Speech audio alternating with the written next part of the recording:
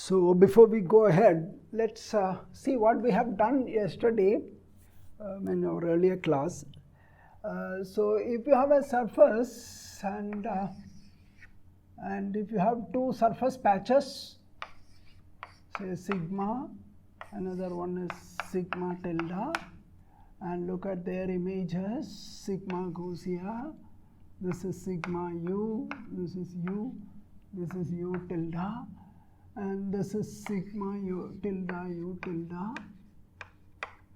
Okay, and the intersection if you take, then both these charts are valid there.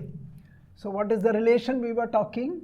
So what we said is that look at the inverse image under. Sigma is a homeomorphism, so obviously continuity ensures that the inverse image is open here, and similarly the inverse is open here also.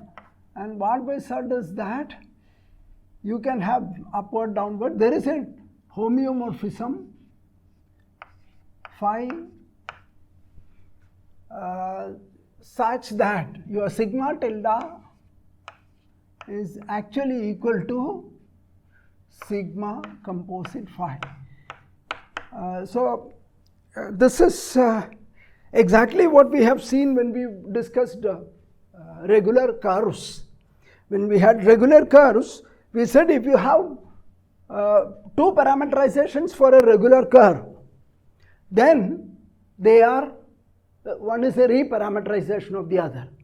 And the reparameterization formula was exactly this. You have a gamma tilde, two parameterizations, then there is a diffeomorphism between the domains of the interval phi such that sigma tilde, gamma tilde is gamma composite phi. Now in two dimension, the same thing happens. So I'm just seeing the similarity there, though we used either sigma as parameterization or chart, doesn't matter. Okay, that's the general term used than parameterization, but it's nothing but a parameterization. It's only a two-dimensional parameterization of a surface piece. So wherever they are, so this region you have two parameterizations, namely sigma and sigma tilde. Then sigma tilde is actually a reparameterization of, sigma tilde is a reparameterization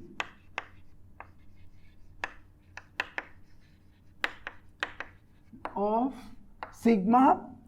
Well, this is not for the whole sigma, wherever they coincide, where in this region. This is what we wrote yesterday, V, and this is sigma inverse V, sigma tilde inverse V, wherever it makes sense. Wherever it's valid. So this is a beautiful thing because it will be very useful later whenever we want. So you always get this. Okay, and the converse also we said, if you have a homeomorphism between the domains, diffeomorphism, then that will induce a new parameterization. So this is a use, later on we will be using whenever we want. Okay, so I'm just comparing it with what we have seen in the case of curves. So it exactly same thing happens, and if you look at the proof is almost the same. I've not done anything any different. So it is good to look at the proofs together, the current proof and the old proof. So here we have extended your domain to R3 and went from R3 to R3.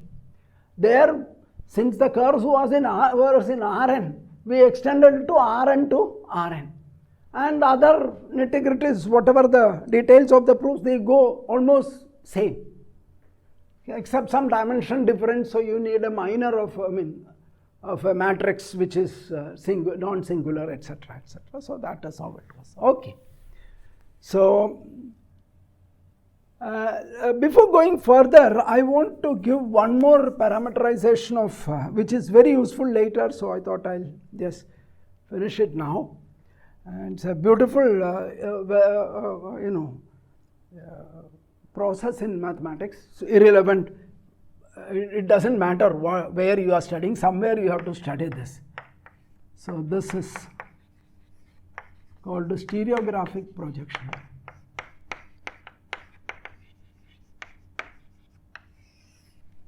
This is, well, spelling you have to check.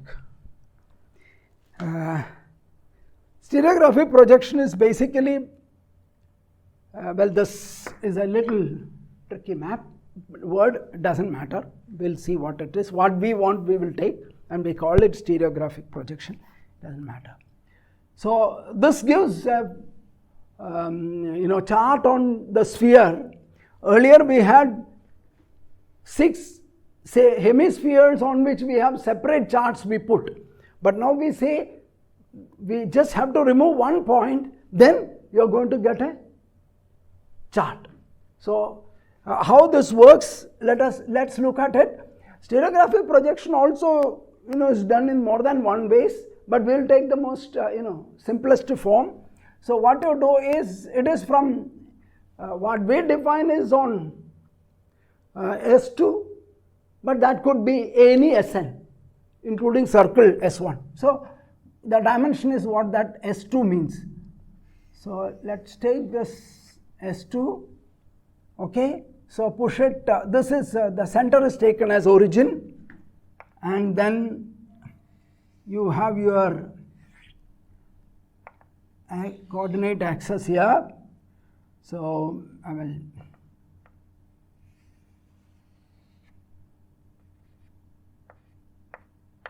that's the now if you want to get a feeling of the thing, do it, and from here it projects out.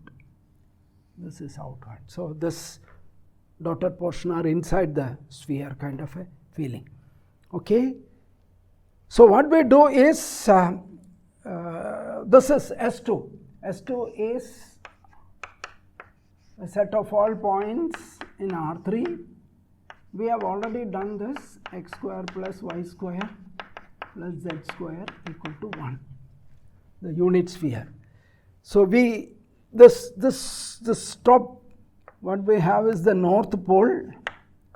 This is the origin, 0, 0, 0, and this point is 0, 0, 1. That's the north pole, and you have the south pole here, which is 0, 0, minus 1. So you can,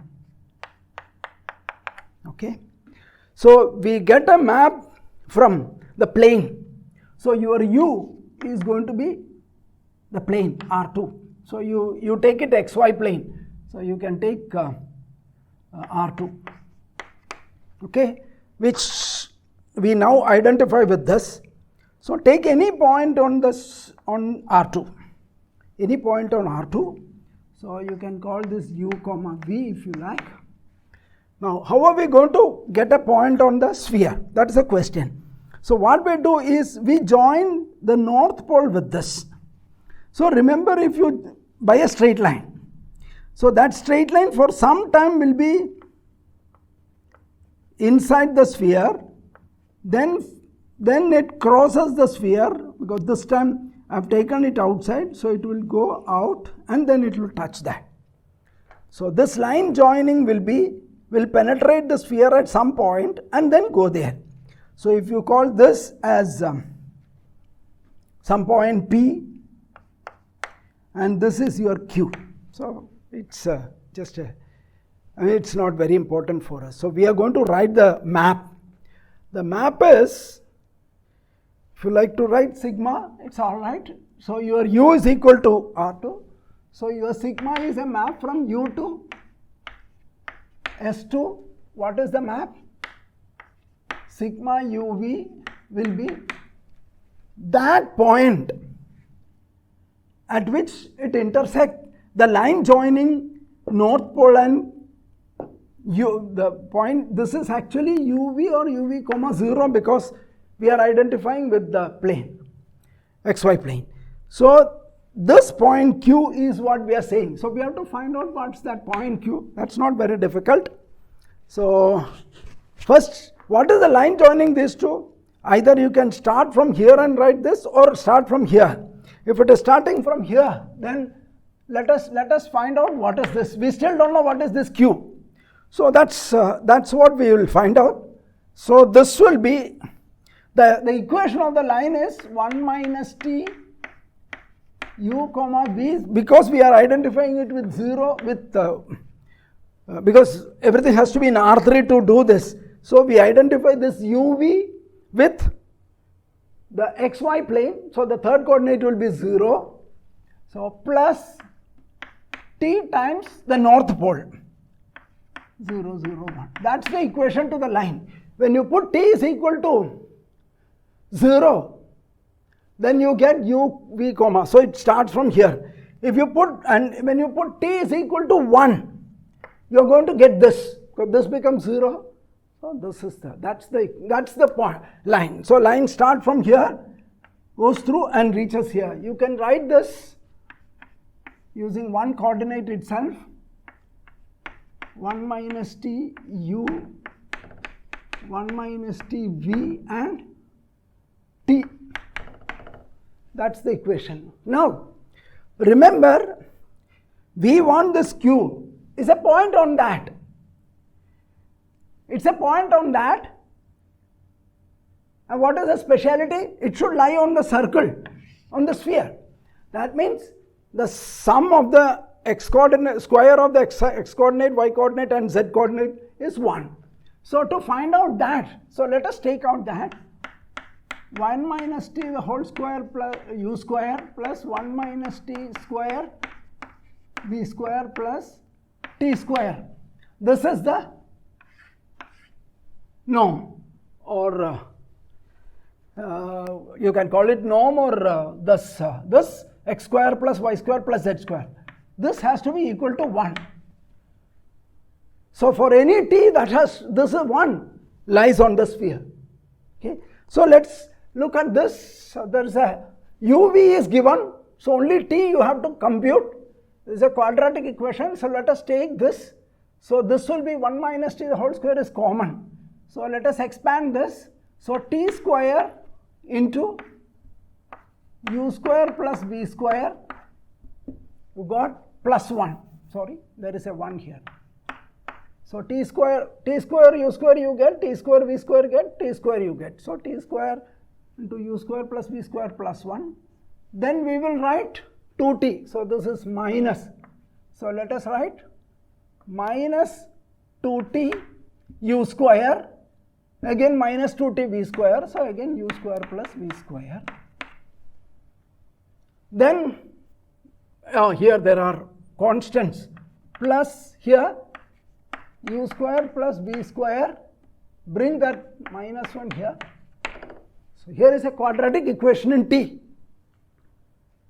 So this is the constant term, this is the coefficient of t square, this is the coefficient of t, and this. So you know, t is equal to the standard, you know, inversion formula. So t is going to be minus b. So here it is 2. Let me make this is because this is a very standard thing. Too many times we don't have to write. So this quantity I am going to write a. So it's a real number. This is actually, so all these I will write, not this, up to this. So a is equal to u square plus v square. This is actually in the general setup, this is nothing but the norm of this vector, square of the norm. So in the general setup, that is what people write. So you don't worry.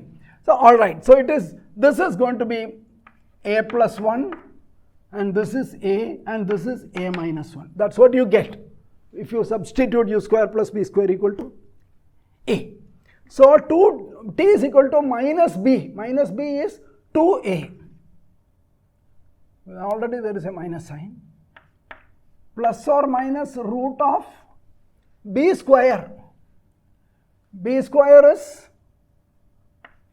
4a square minus 4ac. 4 times, what is a? A is equal to a plus 1 and c is equal to a minus 1. So a plus 1 into a minus 1, that is a square minus 1, whole divided by twice a, 2, this is a plus 1. All these 2 goes immediately, because there is a 2, this square root of 4 that comes out, so that goes, this also goes. It is a very simple formula. And let us look at what you get. A square minus a square goes, so it's just 1, so that also goes. So this is a plus or minus 1 divided by a plus 1, plus or minus 1 divided by a plus 1. Now look at, and that is equal to, so let's write down what do you get. There are 2 numbers. You get, one is, put a plus 1, you get 1, a plus 1 by a plus 1 is 1. You don't have to worry about denominator being bad and all, because anyway it's sum of squares of 2 real numbers, so it's going to be always non-negative. Plus 1 is always there. Even if this is 0, which is possible, you still get denominator without any issue. Other one is a minus 1 by a plus 1. Now check, but the problem is we want only 1. So let us look at what will happen if you put 1. If you put t is equal to 1, you are going to get this point.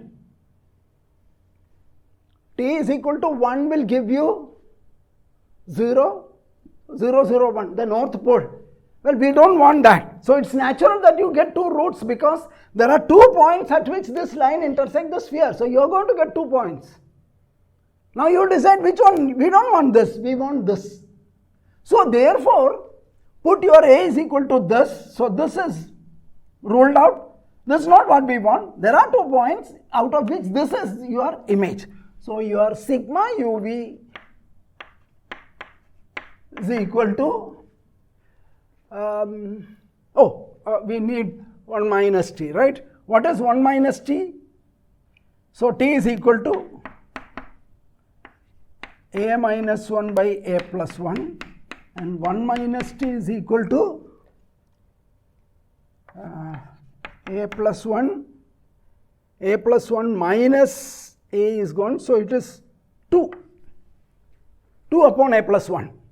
Okay, so you have substitute here or substitute here there, 2u upon a plus 1, 2v upon a plus 1, comma, t is a minus 1 upon a plus 1. So that's the image. Well, a is norm of whatever, norm square of this point, which is very clear. Okay, so this is called the, so it is, it could even be written as, I mean, a very, very, very simple way, that this is twice the given vector. So this, there is a common, denominator 1 by a plus 1 into twice the given vector, 2 times u comma v, then a minus 1. So this is what you are getting. Why I wrote it like this is that this procedure, this map, you not only in R2 to S2, any Rn to Rn you can do it. Formula is the same. So if you want to look at from Rn to Sn, Sn is in Rn plus 1, set of all x1 etc. xn plus 1, such that x1 square plus etc. xn square is xn plus 1 square is 1. Then what do you do? Given any x here, where will you map to? You map it to, of course, 1 by norm x square. That's what the guy here, plus 1. Twice 2x, comma, norm x square minus 1. So this formula is very general. So consciously I put a as one constant, so it's easy for you to work with. So this will be n coordinates, x1 etc. xn, comma, one more coordinate, because it has to be in elements of Sn are in Rn plus 1. So it lies there. So, I mean, whenever you come across such a thing, you can understand this. Now, what exactly is happening is, one thing you should know, if the point is inside this disk, then what will happen is it goes here, somewhere on this side. So if the point is outside, then your equator is on the xy plane. So if the point is outside the unit disk, then it will hit some point on the upper hemisphere. But if a point is inside the hemisphere, then the line joining will hit only on the southern hemisphere. So the image is going to be southern. In fact, the southern hemisphere will be projected to the disk. The northern hemisphere will be opened up to, and the unit circle is mapped to itself. You can see if the norm of this A is 1, what will happen? I mean, this is u square plus v square is 1. That means it is on the circle. Then what will happen? This is 2. Last coordinate you can see. Yeah. Minus 1 is the last. Right. This is 0. And this will be more than that. This is 2, because norm of a square, u square plus v square is 1. So this is 2. So 2 and 2 get cancelled, you get u comma v comma 0. So u comma v comma 0 goes to u comma v comma 0 if u square plus v square is 1. So this circle is, every point is mapped to itself, because the moment you join the line, it exactly at this place it penetrates and it goes out. Whereas points on the interior will be mapped to southern hemisphere. Points outside the unit disk is mapped to northern hemisphere.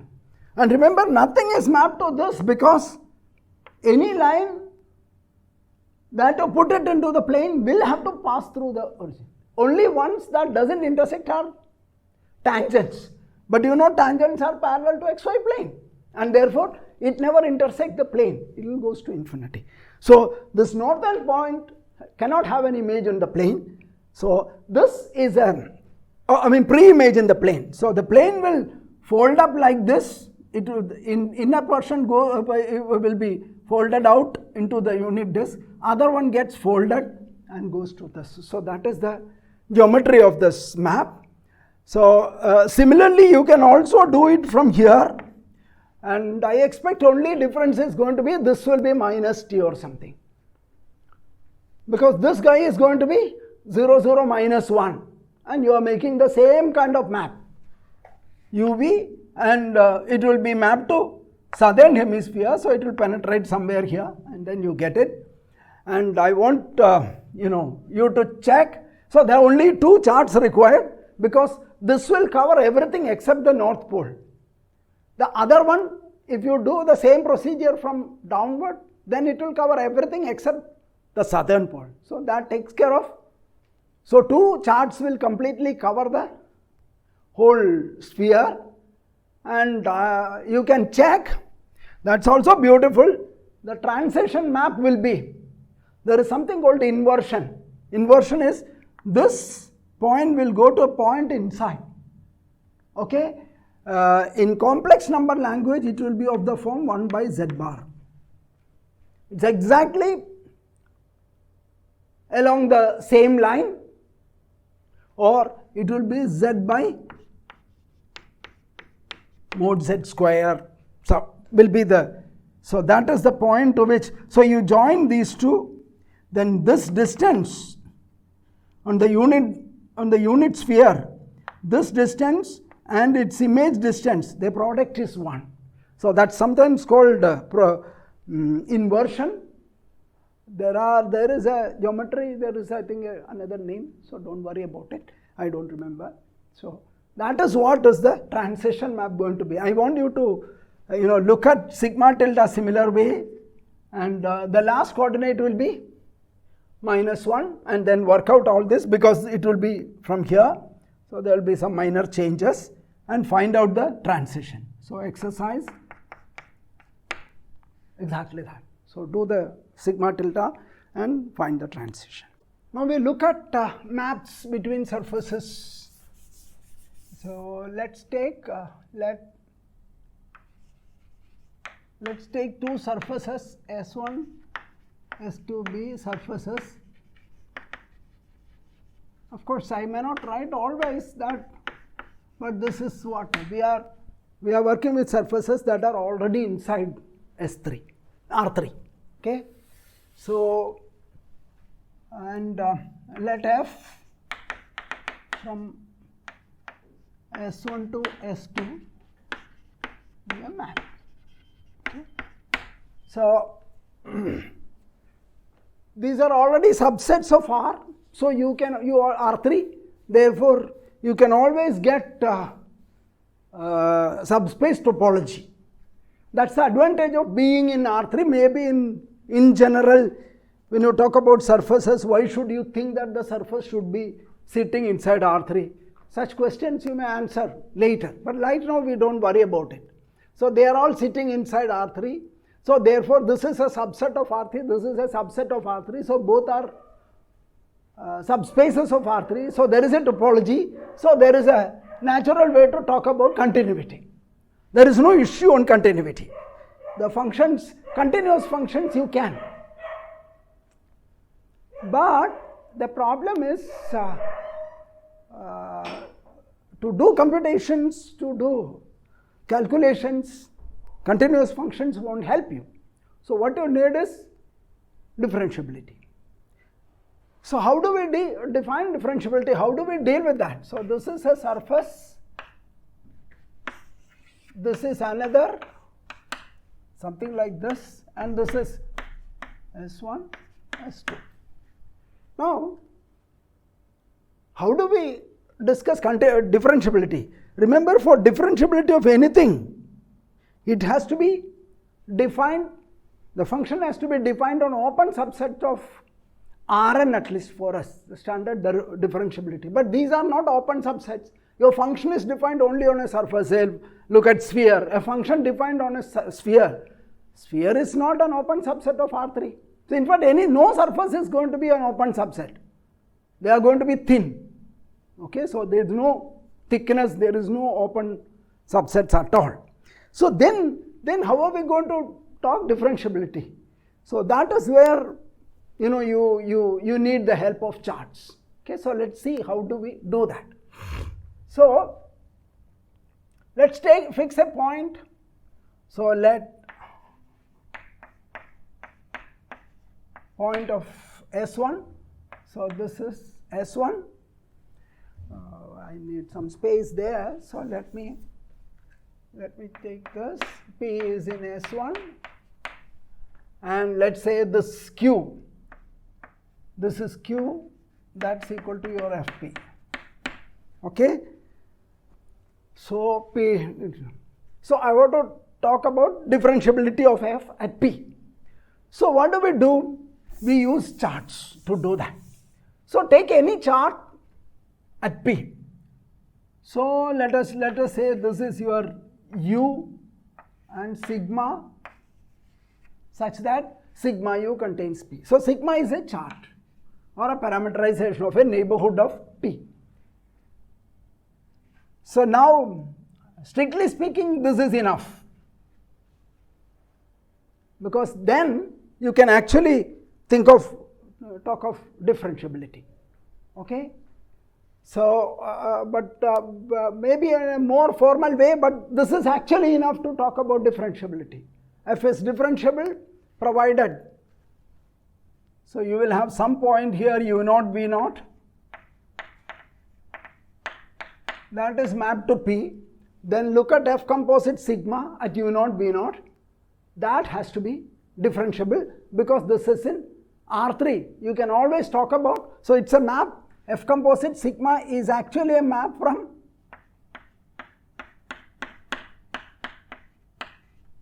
F composite sigma is actually a map from an open subset of R2 to R3. So now you can easily say, discuss differentiability, and that will take care. Well, that's the real sense. But probably when you are going in a in a surface which is not sitting in R3, then there is a problem. Okay, so I'll follow what is discussed in the book, namely take a chart here also. So you will have a U tilde here and sigma tilde, a chart containing Q. Okay, so now we pull this whole thing. So go here, then go here. Okay, so by the way, going from here to this, you may not get the whole of Q, it doesn't matter at all. As long as this is defined, that's enough. So certainly one thing is there, this will be a neighborhood of P, and for this you may not get, the image may not contain this, so probably you may have to restrict your attention. Okay, so that's a restriction. So we can always say that by just taking inverse image of this, inverse image of f is already continuous, so this is open in S2, so f inverse of an open set is open. So you can always say that this is taken in such a way that it sits inside that, or take the intersection and come down, take the intersection here also. So these are some technical things that you can always assume, you don't have to unnecessarily worry, so that everything makes sense. So we say that f is, now this place continuous, differentiable, C1, Cn, everything together I will write one word, as we have been practicing so far, smooth. Smooth depends on your necessity. Smooth at P if this whole composition, this is what will happen. First you apply sigma at P at this point, then you apply F, then you apply sigma tilde inverse. So that is the map from here to this, some point here, it doesn't matter at all. So this is an open subset of R2, this is also an open subset of R2, even that is not necessary. The moment you have an open subset of a Euclidean space to any other Euclidean space, you can discuss the differentiability. So this, so let's write down this sigma tilde inverse composite F composite sigma is smooth. So this word smooth I am putting inverted commas, because if you just want to say differentiability, differentiable. You want to say differentiable twice, here also differentiable twice. The same word you keep using. At this point U0, V0, where sigma U0, V0 is equal to P. So that point which is mapped to this, so that you know. So this is it's a technique to go down. Okay, so that tells you how to define differentiability. But then always this will create an issue. The issue is standard. What is that? You have used one chart, somebody else might use some other chart. Then what will you do? Are you sure it still works? So for that, let me remove some of these extra arrows.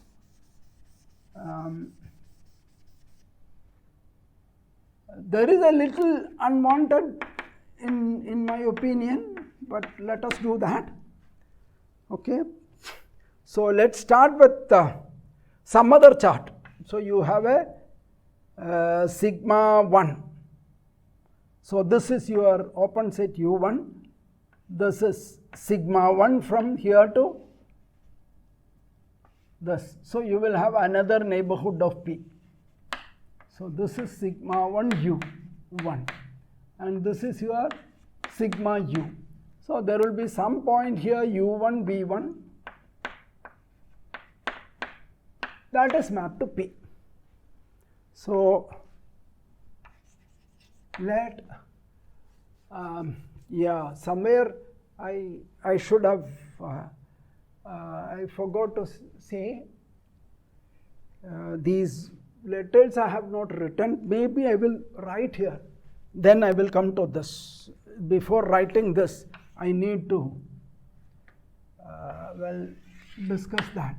Let sigma u to S1 be a chart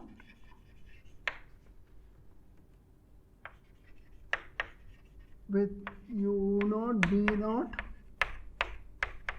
in U such that sigma u0 b0 equal to p, and similarly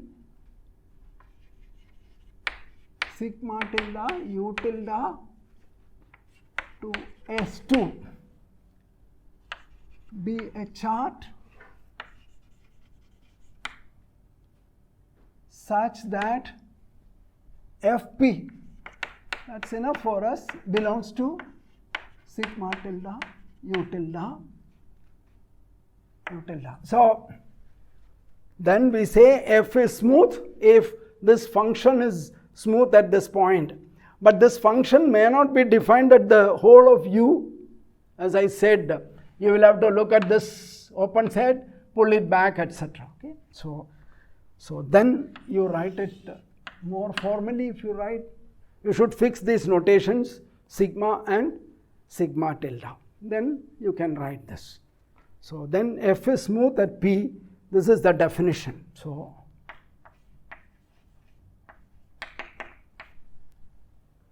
now, as you said, yes, if there are more than one charts, what will you do? Again, it is enough on one side, but let me imitate Presley for an unnecessary thing, but just to avoid, if there is another chart here also, you can say sigma 1 tilde from u tilde u1 tilde to this, okay, another chart containing. So let us write, so let sigma 1 from u1 to S1 and sigma 1 tilde from u1 tilde to S2 be charts. See, the chart business is, the difficulty is different people may have different charts to work with. If you say you are defining something using chart, then if you change the chart, are you sure you are going to get the same thing? So therefore you have to confirm that. That is the reason. If somebody takes some other chart and he gets differentiability but the other one will not, or first one gets but you will not get, will it happen? That is the question. Charts such that other things are fine, that P is in sigma 1 u1 and Fp is Q belongs to, so that will be another chart. This is sigma 1 tilde u1 tilde. This is sigma 1 u1. Sigma tilde u tilde, like that. So Fp belongs to sigma, the new chart, sigma 1 tilde u1 tilde. So now we have to check whether the second person who has taken this, so what is the map that you are going to get here? He will start with sigma 1, then go there, so P is already there. From there he will take, then he goes by F and you reach here, then you come to this side, sigma 1 tilde. Question is this smooth? Suppose F is already smooth by this definition, will the other person also get it? That is a question. Then let us write down sigma 1 tilde inverse, oh there is an inverse here, composite F composite sigma 1. That's the map the second person gets who took these two charts. The first person took these two charts and concluded that this is differentiable.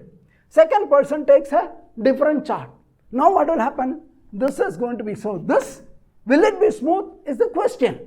What is given is that your all charts are of course regular, nice, smooth, regular charts. So then what will you do? This is just a manipulation. I want to get sigma 1 into this function. Okay? So if I know that this is smooth. So to get this, what will I do? You look at this. The center, what is required is sigma tilde inverse composite F composite sigma. This is smooth. This is known to be smooth. Okay? Where is it? Yes. So if I want to push that into this, then what should I do? So this one is going to be, but here you have sigma 1 tilde inverse. So push sigma tilde. So this is identity map. Sigma tilde composite, sigma tilde inverse. So I have not done anything. So only sigma 1 tilde is there because this is the identity map. And on this side, what will you do? You have to get sigma 1. So what do you do? First take sigma 1 inverse, then take sigma 1. So this is again, sigma inverse, which is already, this is again identity and sigma 1. So these two are identity, so you push the identity between them. But then what will happen? Let us remove this part. Let us look at this. See this map. This is the transition function. What is the transition function? From where?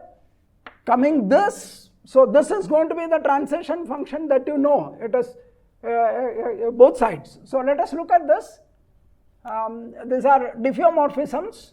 So these two functions, which are they? This guy. This is sigma. Wait a minute. Yes, this guy. That is the reason. This bracket is wrong. So these two. So this two. So those are the transition functions. What are these? This is sigma followed by sigma tilde followed by sigma 1 tilde inverse. It is sigma tilde. So it is this followed by sigma 1 tilde inverse. That is this for transition map. Okay, you can call it phi tilde. And what is the other side? Other side we have sigma inverse, sigma 1 followed by sigma inverse. So sigma 1 is this followed by, so this is phi. Okay, so this, but you know that if these two charts are regular, wherever the intersection matches, maps matches, this transition is smooth. So therefore this is a smooth function, this is a smooth function, but we already know that this is a smooth function. Therefore this composition is a smooth function. Right now it is from here to this. It doesn't matter. Therefore this is also a smooth map. That's a smooth map. So since sigma 1 tilde inverse composite sigma tilde and sigma inverse composite sigma 1 are transition functions, associated transition maps or whatever, associated with the two charts on both, two charts here and two charts here, the associated transition map. Keep these diagrams, learn how to draw these diagrams well. It is easy to manipulate. You cannot remember these things. You always try to, draw the diagram whenever you want. Then you can understand, you can also remember things by pictures. Transition maps and hence smooth. This we have already seen. Transition maps are smooth. So this is already known to be smooth. This is smooth, this is smooth. Therefore the composition of smooth maps is a smooth map, and therefore hence sigma 1 tilde inverse composite F composite sigma 1 is smooth. So therefore if you verify smoothness using one chart, then if you use any other chart also, you are going to get smoothness. So smoothness is nothing to do with a special chart. Any chart would do. Once you verify it's smooth, any other chart you would use, you still get smoothness. So you don't have to worry about which chart you use to verify smoothness. It's independent of